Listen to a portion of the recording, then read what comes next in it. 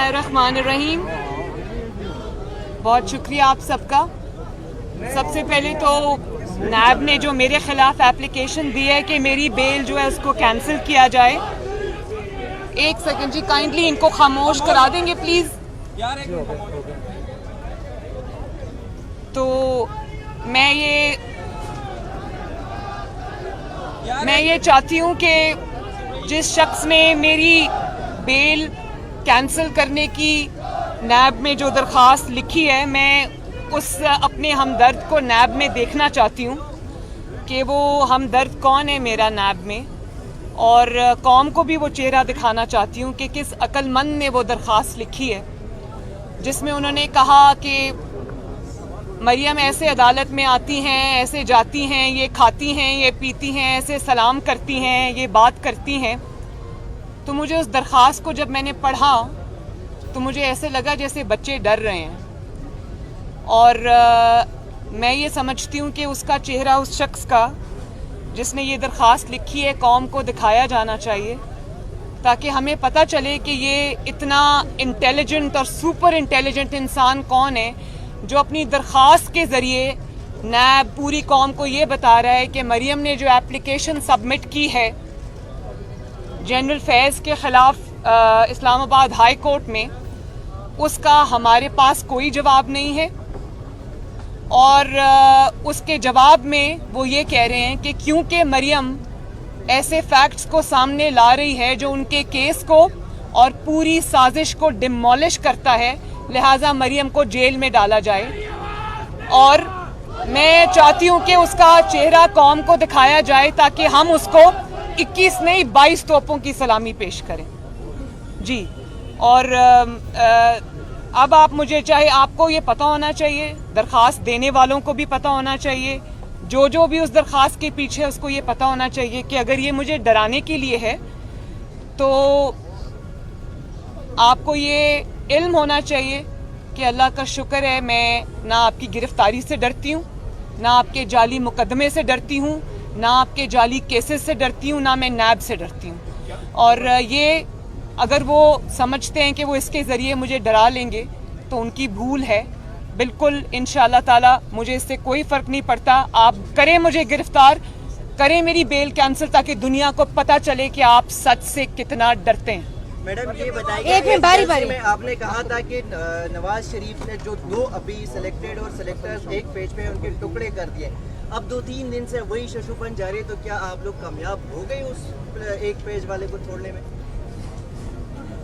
सच को एक ना एक दिन सामने आना होता है। सच को आप कुछ देर के लिए ताकत से दबा तो सकते हैं, लेकिन the truth has to prevail, and इंशाअल्लाह ताला वो दिन दूर नहीं है। बल्कि नवाज शरीफ साहब ने जब ये कह दिया था कि मैंने अपना मुकदमा अल्लाह ताला पे छोड़ दिया, तो सबसे बड़ी ताकत अल्लाह ताला की। दूसरी ये बात कि बिल्कुल आइन, कानून और जो इख्तियारात देता है एक आइनी वज़ीर आज़म को, एक मुंतखब वज़ीर आज़म को जो हकूक़ हासिल हैं, जो आइनी हकूक़ हासिल हैं, तो वो उसमें तो कोई दो राय नहीं है। एक मुंतखब और आइनी वज़ीर आज़म को जो हकूक़ हासिल हैं, जो आइन उसको इख्तियारात देता है, उसमें कोई दो राय नहीं है। लेकिन जिस शख्स की यहाँ बात हो रही है, इमरान खान साहब, ना वो आइनी वज़ीर आज़म है, ना वो मुंतखब वज़ीर आज़म है, बल्कि वो एक ऐसे शख्स हैं जो नवाज शरीफ के मैंडेट पे डाका डालकर आज वज़ीर आज़म की कुर्सी पे काबिज़ है। उसको काबिज़ कहेंगे, उसको सिलेक्टेड कहेंगे, लेकिन आप उसको ना आइनी वज़ीर आज़म कह सकते हैं, ना मुंतखब वज़ीर आज़म कह सकते हैं, क्योंकि उनके पास ना मैंडेट है आवाम का, ना उनके पास आवाम का वोट है, ना उनकी कोई इखलाकी हैसियत है, ना उनकी कोई आइनी हैसियत है।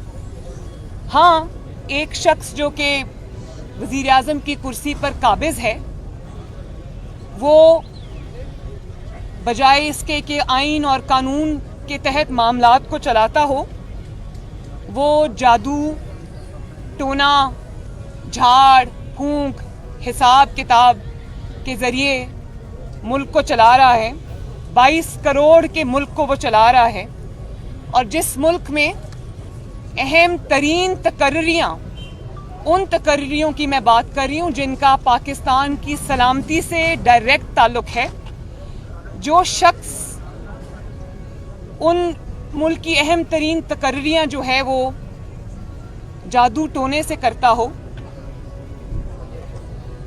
जिन्नात बजाय वज़ीर आज़म के जिन्नात वो तकर्रियाँ करते हों, जिन्नात टाइमिंग्स तय करते हों, या फिर वो जिसको तोता फाल कहते हैं वो निकाल के करते हों, तो फिर इस मुल्क का दुनिया में तमाशा बनना जिस तरह अब बना है, इदारों का तमाशा बनना, फिर उसमें हमें कोई मेरे ख्याल है इसमें कोई हैरानगी की अचंभे की बात नहीं है।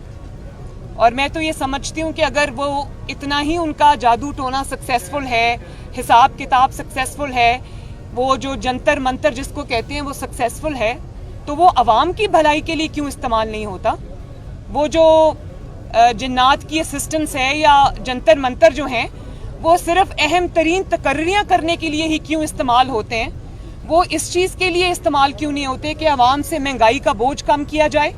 आवाम का अगर इतना ही कामयाब है वो तरीक़ा कार, तो वो फिर आटा सस्ता करो, उससे चीनी सस्ती करो, उससे पेट्रोल सस्ता करो, उससे डीजल सस्ता करो, उससे अपनी कारकर्दगी को बेहतर बनाओ। तो बात यह है कि ये ना अपने आईनी इख्तियारात के इस्तेमाल का मसला है, ना ये वज़ीर आज़म के इख्तियारात के इस्तेमाल का मसला है, ना ये किसी जमहूरियत का मसला है, ना किसी जमहूरी असूल का मसला है, ना ही ये कोई आईनी किरदार का मसला है। ये अपनी ज़ात को और अपनी हुकूमत को चंद दिन और मोहलत देने का नुस्खा है। समझ नहीं आ रही, पूरी कौम को समझ नहीं आ रही कि आपने पूरे मुल्क को एट अ ग्राइंडिंग हॉल्ट आप ले आए हैं। पूरा मुल्क इस वक्त बंद है, इदारों का, मुल्क का तमाशा बन चुका है, सिर्फ इसलिए कि एक शख्स को आपने रिटेन करना है, क्योंकि वो आपकी हुकूमत चलाता है, वो आपके अपोनेंट्स को के लिए अखाड़ पछाड़ करता है। तो समझ नहीं आ रही कि ऐसा क्या मामला दरपेश आ गया? क्या कौम को आपने बेवकूफ़ समझ रखा है? आप समझते हैं कि आपकी इन हरकत और सकनात का कौम को इल्म नहीं है कि इसके पीछे बात क्या है। और जब आप ये कहते हैं कि हम कल पढ़ रहे थे कि वज़ीर आज़म का आईनी हक होता है, इख्तियार होता है, आज आपको वोट को इज़्ज़त दो याद आ गई है, तो मैं आपको ये बता दूं कि आपको नवाज शरीफ बनने की कोशिश भी नहीं करनी चाहिए। नवाज शरीफ जब वोट को इज़्ज़त दो का नारा लेकर मैदान में आया था, तो वो मुंतखब वज़ीर आज़म था, वो आईनी वज़ीर आज़म था, वो अवाम के वोट से आया था, वो एक बहुत लंबी जिद्दोजहद तय करके आया था, उसकी एक बहुत बड़ी आईनी स्ट्रगल थी जो उसकी ज़ात के लिए नहीं थी, उसकी ज़ात की उसने कुर्बानी दी, उसने अपनी हुकूमतों की कुर्बानी दी, लेकिन आइन के लिए, पाकिस्तान के अवाम के लिए और वज़ीर आज़म के ऑफिस की इज़्ज़त के लिए उसने अपनी हुकूमतें कुर्बान कर दी। और उस तरह की जो स्टेटस है वो अचीव करने के लिए, वोट को इज़्ज़त दो का नारा लगाने के लिए आपको जेलें बर्दाश्त करनी पड़ती हैं। आपको मैं डिक्टेशन नहीं लूँगा कहना पड़ता है और फिर उस पर कायम रहना पड़ता है। आपको अटक किले में जाना पड़ता है, आपको जिला वतनी बर्दाश्त करनी पड़ती है, आपको झूठे केसेस बर्दाश्त करने पड़ते हैं, आपको झूठी सजाएं बर्दाश्त करनी पड़ती हैं, आपको जेलों में जाना पड़ता है, आपको ह्यूमिलिएशन बर्दाश्त करनी पड़ती है, आपको अपनी बेटी को जेल में जाता हुआ, किसी बेगुनाह बेटी को जाता हुआ देखना पड़ता है। तो आप इमरान खान साहब से मैं ये पूछना चाहती हूँ कि उनकी सियासी पहचान क्या है, उनका सियासी तशख़्ख़ुस क्या है? उनका सियासी तशख़्ख़ुस और उनकी सियासी पहचान और उनका सियासी तारुफ जो है वो है मुंतखब हुकूमत के ख़िलाफ़ साजिश करना, मुंतखब हुकूमत और मुंतखब वज़ीर आज़म के ऑफिस के बाहर 124 कितने दिन 120 दिन का धरना देना, 126 दिन का धरना देना और कहना कि वज़ीर आज़म को मैं गले से घसीट कर निकालूंगा, और लोगों को ये बताना कि एम्पायर की उंगली उठने वाली है, और उसके बाद नवाज शरीफ के मैंडेट को छीनना और उस पर काबिज हो जाना अवाम के इख्तियार के ऊपर, वोट की हुर्मत को पाँव के नीचे कुचल के आना, عوام کے ووٹ کی پرچی کو پاؤں کے نیچے کچل کے آنا, سازش کرنا آپ کی تو پہچان یہ ہے. تو آپ کا اصول سے, آپ کا جمہوریت سے, جمہوری جد و جہد سے, ایک آئینی وزیر اعظم کے اختیارات سے, اس کی عزت سے آپ کا کوئی لینا دینا نہیں ہے, آپ کا کوئی واسطہ نہیں ہے. تو نواز شریف بننے کی تو کوشش بھی نہ کرنا, اور شیر کی کھال پہننے سے کوئی شیر نہیں بن جاتا. میڈم ایک سیکنڈ, اور پھر آپ کہنا چاہتے ہیں تو بات یہ ہے کہ آپ کی جو پوری سیاسی جد و جہد ہے پچھلے 8-10 سال کی, وہ جمہوریت کے خلاف سازش سے عبارت ہے. اور اگر آپ یہ سمجھتے ہیں کہ آج آپ بدترین نالائکی, نااہلی, کرپشن سکینڈلز کے بعد اگر آپ کو یہ اپنی فیس سیونگ نظر آ رہی ہے کہ آپ اس میں سیاسی شہید بن جائیں گے, تو یہ نہ ہوگا انشاءاللہ تعالی. نہ عوام یہ ہونے دے گی, نہ ہم یہ ہونے دیں گے. آپ کو عوام کے اوپر آپ نے پچھلے 4 سال میں جو مظالم ڈھائے ہیں, آپ کو اس کا جواب دینا پڑے گا. آپ کو عوام کے ووٹ کو کچلنے کا جواب دینا پڑے گا. آپ کو اپنی سازشوں کا جواب دینا پڑے گا. آپ کو اتنے بڑے بڑے نالائکی کے, نااہلی کے, کرپشن کے سکینڈلز کا جواب دینا پڑے گا. آپ کو پاکستان کو تاریخی قرضوں کے بوجھ کے نیچے دبانے کا جواب دینا پڑے گا. آپ کو ان تاریخی قرضوں کے باوجود پاکستان میں ایک اینٹ, ایک پروجیکٹ نہ لگانے کا جواب دینا پڑے گا. آپ کو پاکستان میں 22 کروڑ عوام کے اوپر مہنگائی, لاقانونیت کا عذاب لانے کا جواب آپ کو دینا پڑے گا. آپ کو جواب دینا پڑے گا کہ اس وقت اس ملک میں حکومت نام کی کوئی چیز نہیں ہے. آپ کو پوری دنیا میں پاکستان کو رسوا کرنے کا, بدنام کرنے کا جواب آپ کو دینا پڑے گا. اس کے ذمہ دار آپ ہیں. اور نواز شریف صاحب جب عوام کی خاطر ووٹ کو عزت دو کا نعرہ لگا کر پاکستان میں نکلے تھے, اب عوام کے اندر نکلے تھے, تو ان کے نعرے کو پذیرائی اس لیے ملی تھی کہ ان کے پیچھے ایک سٹرگل تھی اور کارکردگی تھی جس میں 5.8 پہ گروتھ تھی. دنیا میں پاکستان کا نام ہو رہا تھا, سی پیک آ رہا تھا, ملک ترقی کر رہا تھا. تو آپ کے پاس تو یہ سب نہیں ہے. اور اگر آپ اس بدترین کارکردگی کو چھپانے کے لیے اس وقت کوئی ایسا نعرہ نواز شریف کی تقلید میں لگانا چاہتے ہیں تو آئی ایم سوری, یہ اب نہیں چلے گا انشاءاللہ. متی اللہ صاحب ایک منٹ متی اللہ ایک سیکنڈ, ایسے نہیں.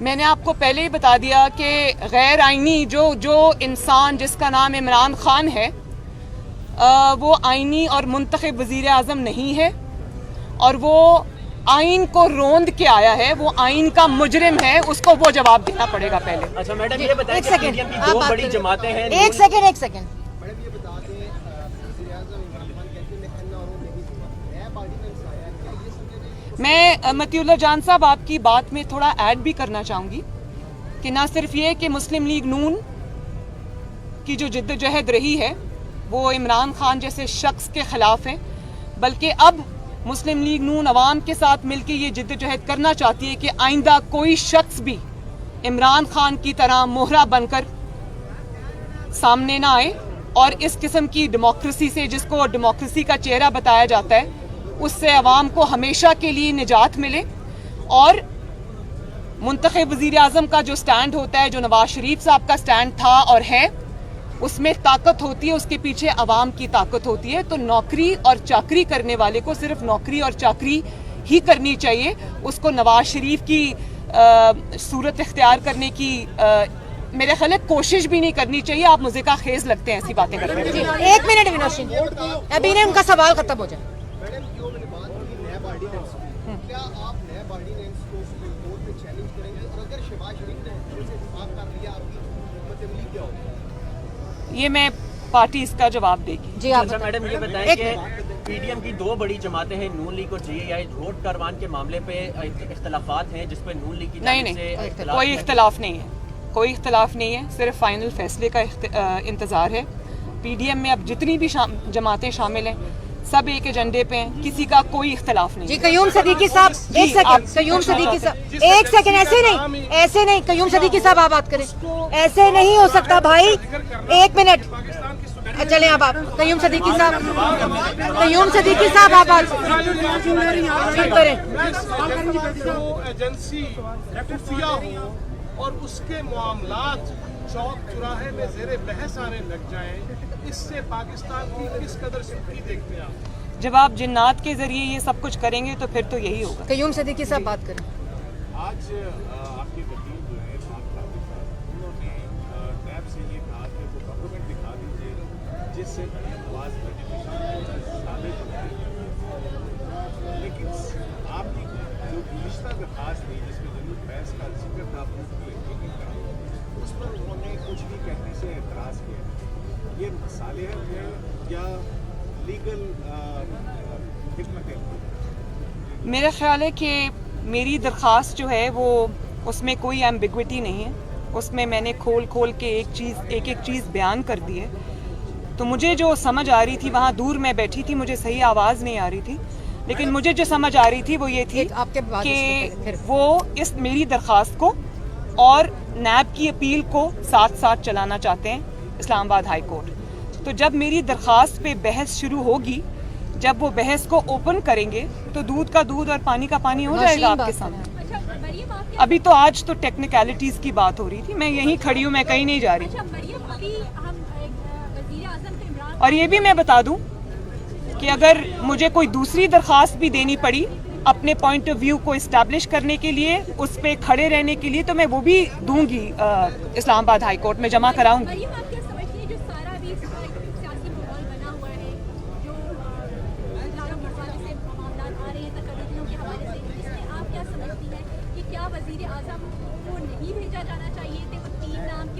मैंने आपको इसका जवाब दे दिया है नौशीन, मैंने आपको दे दिया है कि ये अगर अपने आप को हुकूमत अपनी बचाने के लिए हो रहा है और अगर आपकी टाइमिंग ऊपर नीचे हो रही है क्योंकि जिन्नात कुछ कह रहे हैं और आपका हिसाब किताब कुछ कह रहा है, तो ऐसे लोगों पे समझ नहीं आती कि इंसान हंसे या रोए कि ये कोई छोटा मुल्क नहीं है, ये 22 करोड़ अवाम का मुल्क है और 22 करोड़ अवाम की किस्मत का फ़ैसला, इस मुल्क के अंदर जो सबसे ज़्यादा वाइटल और इम्पॉर्टेंट फ़ैसले हैं, अगर वो इस किस्म के तरीक़ों से होंगे तो इस मुल्क का अल्लाह हाफिज़ है। वो इज्जत दो कि आप बात कर रही हैं, एक हफ्ते से इमाम अदारे की सरबराही का जो मामला है वो अटका हुआ है, इस पर आप इमरान खान की मौक़िफ़ की हिमायत करेंगे? चलो, मैंने जो बात करनी थी मैंने कर दी। आप बात करें। आपने जो बात की पॉलिटिकल इंजीनियरिंग की थी 2016 में हुई, आप 5 साल बाद इस मामले को हाई कोर्ट में लेके आइए। मैडम 5 साल के बाद आपने की, आपकी तो इन्फॉर्मेशन बिल्कुल गलत है, सॉरी, आपकी इन्फॉर्मेशन गलत है। ये जो वाक़या हुआ था जिसको मैंने अपनी दरख्वास्त में कोट किया है, ये 2018 की बात है। 2018 जी नहीं, ये मेरे केस से मुतल्लिक है। इलेक्शन में जो हुआ वो पूरे कौम के सामने है।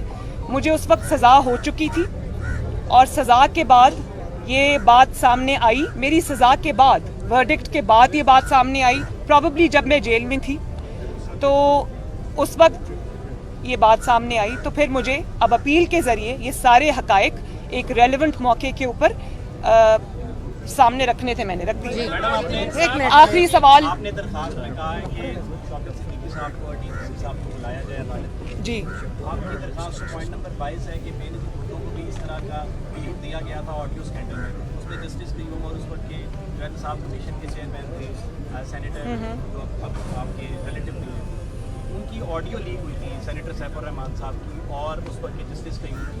अगर अदालत जुनैद सफदर के अब फादर इन लॉ को बुलाती है तो वो आएंगे और आप इस चीज़ को कंडेम करेंगी कि उस तरह की ऑडियो लीक होने के बेनज़ीर को 7 साल बहुत शुक्रिया। एक तो उसका फैसला हो चुका हुआ है, दूसरा मेरे केस से मुतल्लिक मुझसे बात करें आप कहीं।